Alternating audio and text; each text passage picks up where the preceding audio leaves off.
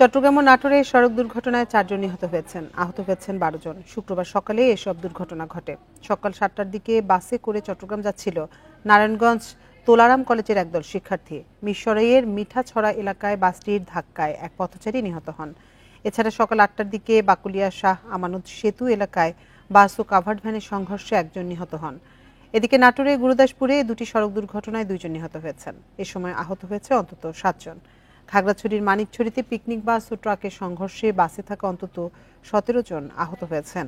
ঘন কুয়াশায় ঢাকা মাওয়া এক্সপ্রেসওয়ের Dhaleshwari toll plaza এলাকায় 3টি সড়ক দুর্ঘটনায় আহত হয়েছেন 6 জন।